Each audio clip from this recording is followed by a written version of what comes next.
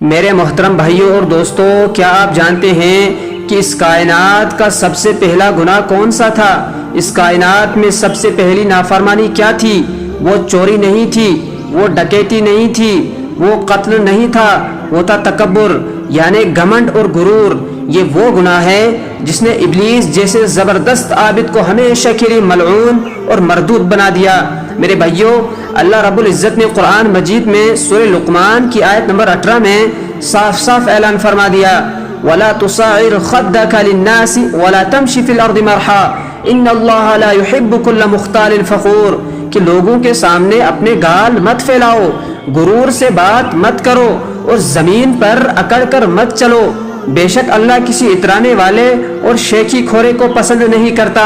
لوگ کہتے ہیں کہ ہمارے پاس پیسہ ہے، ہمارے پاس حسن ہے، ہمارے پاس نام اور شہرت ہے، ہم کیوں نہ اکڑیں؟ ارے نادان، سورہ نحل کی آیت نمبر 29 پڑھ کر دیکھ۔ اللہ فرماتا ہے کہ تکبر کرنے والوں کا اصل ٹھکانہ جہنم ہے، اور وہ کتنا ہولناک اور بڑا ٹھکانہ ہے۔ فرعون نے تکبر کیا تھا، قارون نے اپنی دولت پر غرور کیا تھا، ابو جہل نے اپنی طاقت پر گھمنڈ کیا تھا۔ اللہ نے سب کو مٹی میں ملا دیا، ان کا نام و نشان مٹا دیا۔ میرے عزیز دوستو، ہمارے پیارے نبی حضرت محمد صلی اللہ علیہ وسلم کا فرمان عالی شان سنیں۔ صحیح مسلم کی حدیث ہے، آپ صلی اللہ علیہ وسلم نے فرمایا، جس کے دل میں رائے کے دانے کے برابر، ہاں صرف ایک چھوٹے سے دانے کے برابر بھی تکبر ہوگا، وہ جنت میں داخل نہیں ہو سکے گا، جنت کی خوشبو تک نہیں سونگھ پائے گا۔ قیامت کے دن ان کا حشر کیا ہوگا؟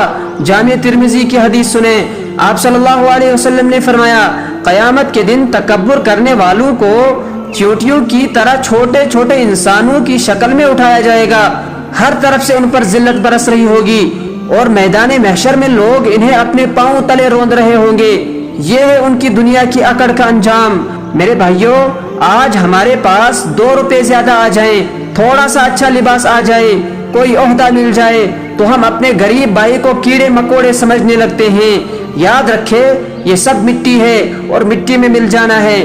عاجزی اختیار کیجئے، جھکنا سیکھے، کیونکہ اللہ عاجزی کرنے والوں کو ہی بلندی عطا فرماتا ہے۔